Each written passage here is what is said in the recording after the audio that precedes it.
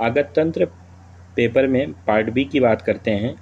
व्यवहार आयुर्वेद एवं विधि वैद्यक में सिलेबस का पॉइंट नंबर 3 देखेंगे, personal identity and it's medico legal aspect. तो बहुत ही इम्पोर्टेंट क्वेश्चन है और इसको डिटेल में करते हैं। तो सबसे पहले आपको पता होना चाहिए आइडेंटिफिकेशन ऑफ पर्सन, कोई पर्सन है उसका आइडेंटिफिकेशन, व्यक्तिगत पहचान कैसे होगी, ठीक है। तो सबसे पहले आपको पता होना चाहिए आइडेंटिफिकेशन क्या होता है।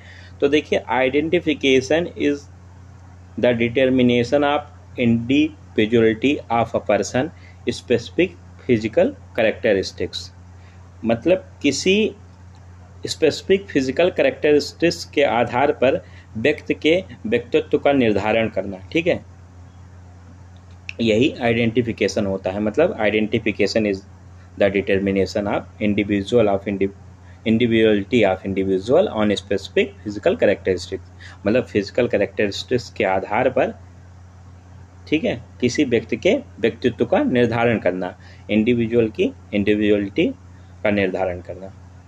अब देखिए, identification is done in living person or dead by recognizing certain feature or characteristics that are unique to that person. मतलब आइडेंटिफिकेशन जो होती है, चाहे वो मृत पर्सन हो चाहे वो जीवित हो, उसके कुछ सर्टेन फीचर और कैरेक्टरिस्टिक्स को रिकॉग्नाइज किया जाता है जो उसके पर्सन के लिए यूनिक होते हैं। ये दो टाइप से होता है, पहला एक कंप्लीट आइडेंटिफिकेशन होता है, दूसरा पार्शियल आइडेंटिफिकेशन होता है।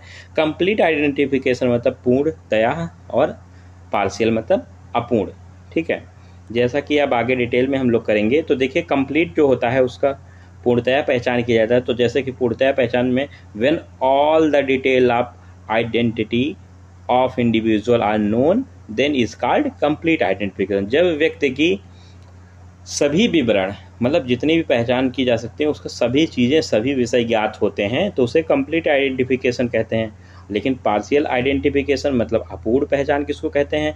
तो सम पॉइंट्स, कुछ ही पॉइंट्स ऐसे होते हैं। तो identity of individual are known then is called partial identification. केवल व्यक्ति की पहचान के लिए कुछ बिंदुएं होती हैं सिर्फ जो जाना जाता है, उसे पार्शियल आइडेंटिफिकेशन कहते हैं।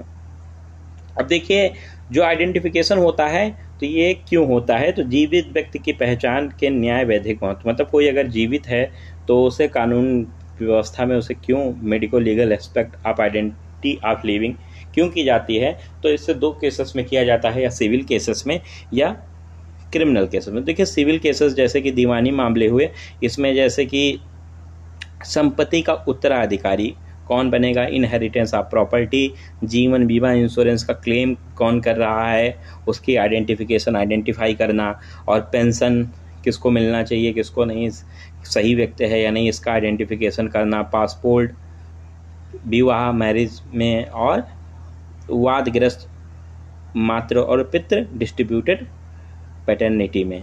तो ये सारी चीज़ें सिविल केसेस के अंतर्गत आइडेंटिफिकेशन का क्या यूज़ है वो बताया गया है। बाकी बात करते हैं क्रिमिनल केसेस में, फौजदारी मामलों में। तो जैसे कि अपराधी व पीड़ित की पहचान करना, एक्यूज्ड और विक्टिम की, ठीक है, या बलात्कार, रेप किसने किया है उसकी पहचान करना, खून किसने किया, मर्डर, ठीक है, शिशु हत्या, ये सारी चीज़ें क्रिमिनल केसेस में आएंगी।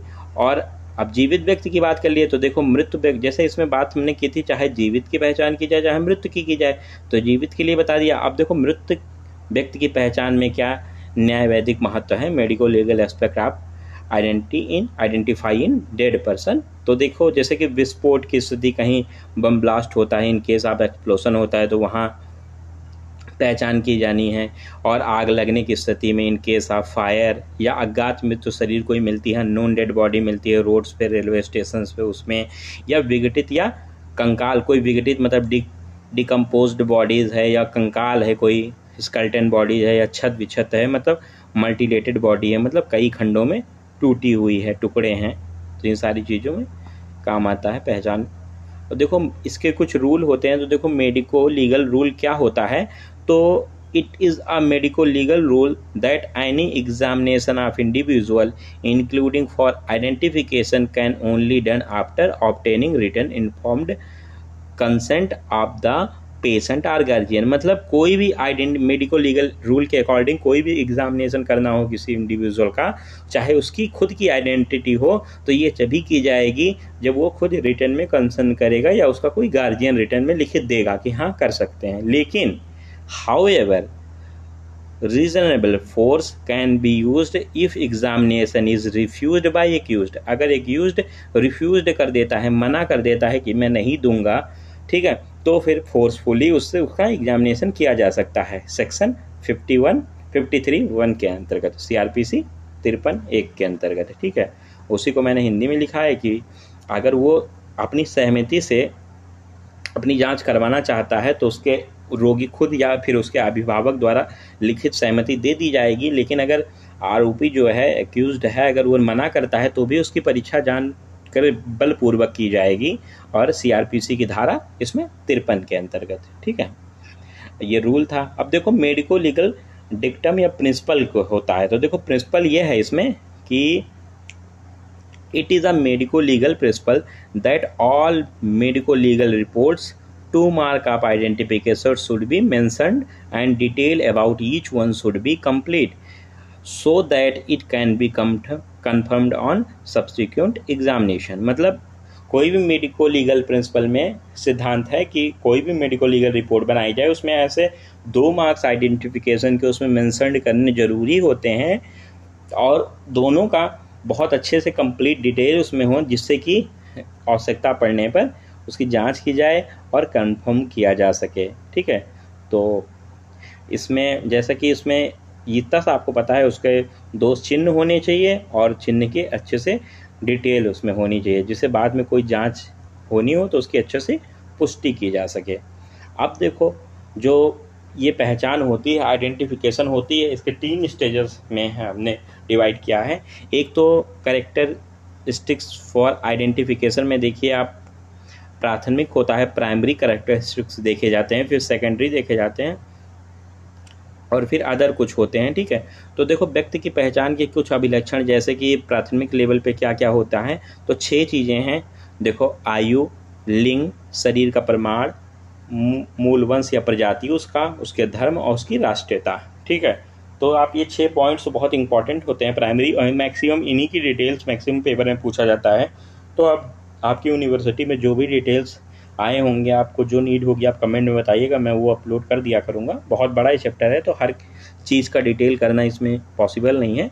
तो जो आपके ये 6 याद करने हैं उसका ट्रिक है, आप याद कर लें राशन, ठीक है। तो राशन से आप इसको डिकोड कर पाएंगे 6 नाम। RA से आप कर लीजिएगा एक रेस और रिलीजन, और आप S से कर लीजिएगा स्टेचर और सेक्स, और A से आप कर लेंगे एज, और N से कर लेंगे आप नेशनलिटी, राष्ट्रीयता उसकी। तो ये थी आपकी प्राइमरी कैरेक्टरिस्टिक्स। अब बात करते हैं सेकेंडरी में। तो देखिए सेकेंडरी कैरेक्टरिस्टिक्स क्या होते हैं, तो जैसे कि उसके शरीर पे कोई टैटू मार्क्स हुए, उसके हेयर हुए, स्कार हुआ, मतलब कोई घाव निशान हो, वर्ण हुआ, उसकी आँख और उसका त्वचा हो गई, कोई उसकी व्यावसायिक निशान मतलब ऑक्यूपेशनल स्टिग्मा हुआ, या जन्मजात कोई विकृतियां हैं, माल फॉर्मेशन, ठीक है, या व्यक्तिगत उसकी कोई जानकारी उसके जेब में मिलती है, जैसे कि पर्सनल इन्फॉर्मेशन उसकी पॉकेट में कुछ मिलता है, उसकी डायरी मिलती है, तो ये सब सेकेंडरी कैरेक्टरिस्टिक्स हुए किसी चीज़ की पहचान के लिए। और देखो ये सब के ऊपर होता है एक तकनीकी अभिलक्षण, मतलब टेक्निकल या कंपैरेटिव कैरेक्टरिस्टिक्स। तो देखिए इसमें जैसा कि आप देखेंगे, जैसे अस्थि भवन मतलब ऑस्टिफिकेशन सेंटर, आप बोन देख सकते हैं, दांतों का स्वरूप, उसका डेंटल पैटर्न क्या है, उसके डेक्टाइलोग्राफी मतलब उसके फिंगरप्रिंट्स और पाँव की छाप फुटप्रिंट्स, और लिखावट और हस्ताक्षर का विश्लेषण मतलब उसके सिग्नेचर और उसकी हैंडराइटिंग का एनालिसिस करना, और उसके DNA फिंगरप्रिंट्स, ठीक है, और लास्ट न्यूट्रॉन एक्टिवेशन एनालिसिस, ठीक है। ये सारी चीज़ें टेक्निकल या कंपैरेटिव कैरेक्टरिस्टिक्स होते हैं। अगर बात किया जाए इसमें सबसे ज़्यादा इंपॉर्टेंट कौन होता है और क्या ऑर्डर होता है, तो देखिए सबसे पहले till the date dactylography is the best system identification.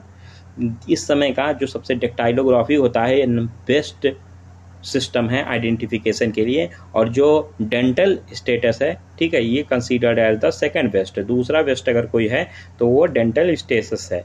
और the real advancement in reference to identification DNA fingerprint, सबसे ज़्यादा एडवांस तरीके की बात की जाए तो वो क्या है, DNA फिंगरप्रिंट सबसे एडवांस तकनीक है। किसी का आइडेंटिफिकेशन करने के लिए। तो आपको ये पता चल गया कि सबसे पहले अगर कोई डेक्टाइलोग्राफी है नंबर 1 पे, दूसरे नंबर पे उसका डेंटल स्टेटस है, और अगर सबसे अच्छी प्रणाली की बात की जाए जो आज वास्तविक प्रगति की ओर है तो वह डीएनए फिंगरप्रिंट है। तो ये हमारा कंप्लीट हो जाता है, और इसमें जो चीज़ें डिटेल में करनी है वो मैंने आपको बता दी है। तो यही सारी चीज़ें डिटेल में होंगी। आयु, जैसे determination of age, determination of sex, determination of stature, determination of race, तो यही डिटर्मिनेशन ऑफ रिलीजन, तो यही सारी चीज़ें डिटेल में रहेंगी। तो जो भी आपकी यूनिवर्सिटी में आया हो या आपको जो पढ़ना हो आप कमेंट कीजिएगा, मैं वो अपलोड कर दिया करूँगा। ऐसे तो सारी चीज़ें अपलोड करना पॉसिबल नहीं है। तो हम लोगों का ये चैप्टर होता है कंप्लीट।